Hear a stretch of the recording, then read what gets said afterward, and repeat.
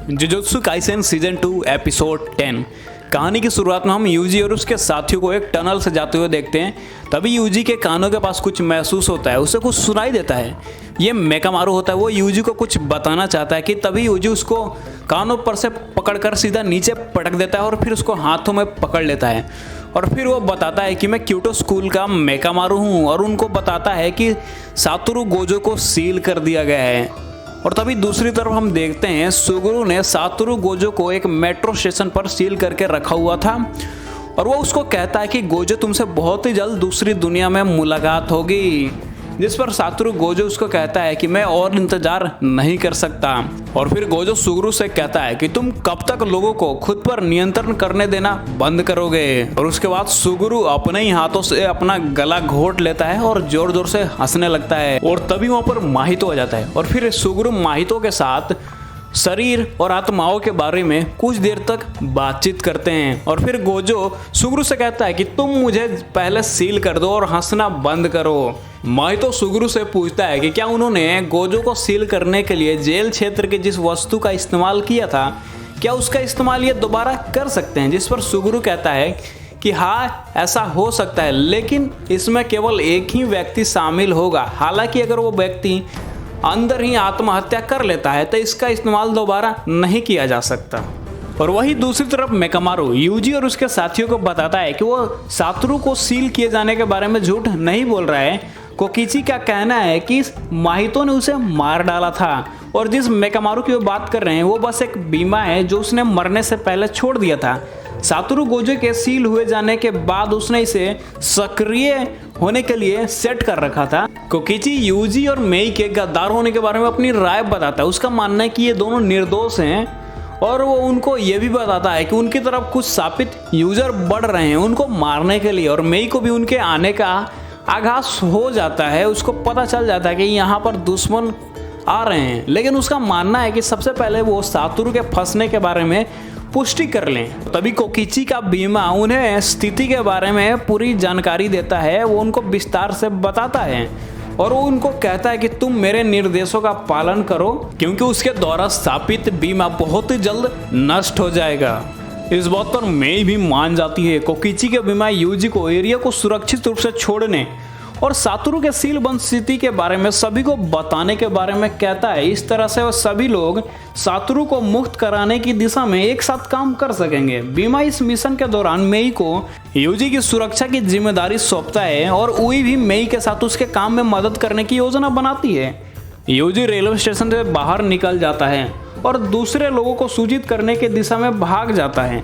इस बीच सातोरू को उम्मीद होता है कि जब तक वो प्रिजन दायरे के बॉक्स में आराम कर रहा है तब तक सभी लोग अपना सर्वश्रेष्ठ प्रदर्शन करेंगे। और तभी हम नानामी के समूह को देखते हैं जो कि वर्तमान स्थिति पर चर्चा कर रहे होते हैं। वो दुश्मन से निपटने के लिए एक योजना बना रहे होते हैं। इसमें उन्होंने शिबुया के चारों ओर पर्दा गिरा दिया। वो बाकी लोगों को क्षेत्र में लोगों की सुरक्षा का जिम्मा सौंपता है। और तभी हम बैरियर में प्रवेश करने वाले तीनों समूहों के एक झलक को देखते हैं। इस बीच कियोटाका ने किसी को सूचित किया कि नीता पर्दा क्षेत्र छोड़कर बाहर चली जाएगी। ऐसा इसलिए है कि वे अंदर सेल सिग्नल प्राप्त नहीं कर सकते हैं और उन्हें लगता है कि यह महत्वपूर्ण है कि वे एक संचार नेटवर्क स्थापित करें। इससे पहले कि वह आगे बढ़ पाता, दुश्मनों का एक आदमी आकर कियोटाका को तब तक चाकू मारता है जब तक कि वो बेहोश नहीं हो जाता। और फिर वो अपने दूसरे साथी को रिपोर्ट करता है जो उन्हें सूट पहनने वाले इंसानों की हत्या करने के लिए पर्दे के अंदर रहने की अनुमति देता है। इस बीच कोई सुगुरु और उसके साथियों के फुटेज को सातोरू को फंसाने के बारे में बातचीत करते हुए देखता है। सुगुरु का कहना है कि हालांकि उन्होंने सातोरू को सफलतापूर्वक सील कर दिया है, लेकिन उस पर जेल क्षेत्र में पूरी तरह से कार्रवाई नहीं की गई है। इसके अलावा प्रक्रिया समाप्त होने तक जेल दायरे का बॉक्स जमीन पर ही रहेगा। माहितो ने स्थिति को भांप लिया और कोकिची का एक गैजेट को उसने नष्ट कर दिया। सुगुरु को पता चल जाता है कि उन पर नजर रखी जा रही है और तभी वो बीमा यूजी को सूचित करता है कि सातोरू को बचाने के लिए अभी भी टाइम है, वो अभी भी सातोरू को बचा सकते हैं। बीमा सुझाव देता है कि वो जुजुत्सु जादूगरों को पड़ोस के रेलवे स्टेशनों पर भेज दें ताकि वो सुगुरु के साथियों पर घात लगा सकें। यूजी बीमा को बताता है कि वो किसी कारण से कियोटाका को पकड़ नहीं सकता और तभी यूजी पर्दे में प्रवेश कर जाता है जहां उसका सामना बहुत सारे शापित आत्माओं से होती है। वो उन सबको मारकर छत पर चढ़ जाता है और छत पर चढ़कर वो नानामी को जोर जोर से आवाज लगाने लगता है। हर कोई यूजी की आवाज सुन सकता था क्योंकि वह उन सभी को बताता है कि सातोरू को सील कर दिया गया है। नानामी ने अपने छात्रों को सूचित किया कि वो यूजी की तरफ तुरंत जाएं क्योंकि सातोरू को बचाना उनके लिए बहुत ही ज़्यादा महत्वपूर्ण है। इस बीच सुगुरु ने अपने आदमियों को सूचित किया कि वो जेल क्षेत्र बॉक्स में रहेगा और उनकी निगरानी करेगा। चोसो नोबारा यूजी को मारना चाहता है लेकिन जोगो का कहना है कि वे यूजी को नुकसान भी नहीं पहुंचा सकते क्योंकि वो सुकुना का वेसल है। माइतो को लगता है कि सातोरू पर अब मुहर लगाने के बाद उनके पास दुनिया पर हावी होने का मौका है। माइतो को लगता है कि वो सुकुना के बिना भी प्रबल होंगे। अभी जोगो और माइतो में एक बहस छिड़ जाती है।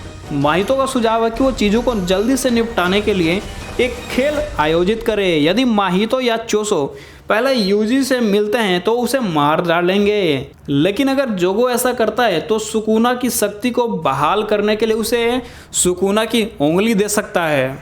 सुगुरु का कहना है कि वो इसमें शामिल नहीं होगा। उसका मानना है कि जेल क्षेत्र की चाल विफल होने की स्थिति में सुकुना केवल एक बैकअप योजना है। माहितो, जोगो और चोसो अपना खेल शुरू करते हैं और भाग जाते हैं। इसी बीच दो महिलाएं सुगुरु से पूछताछ करती हैं और उससे असली सुगुरु को वापस लाने के लिए कहती हैं। सुगुरु उन्हें खो जाने के लिए कहता है। नानामी, फुशिगुरु और इनो यूजी से मिलते हैं। कोकिची का बीमा चारों को सूचित करता है कि उसने क्या इकट्ठा किया है और उसकी हमले की योजना क्या है। नानामी का मानना है कि यह एक उत्कृष्ट रणनीति है लेकिन उन्हें पहले पर्दा हटाना होगा। नानामी कियोटाका से मिलने की योजना बनाई है और यूजी को अन्य लोगों के बीच की जानकारी के अन्य समूहों को सूचित करने के लिए कहा है। नानामी इनो को दूर रहने के दौरान मेगुमी और यूजी की निगरानी करने का काम सौंपता है। सूचना साझाकरण कार्य के साथ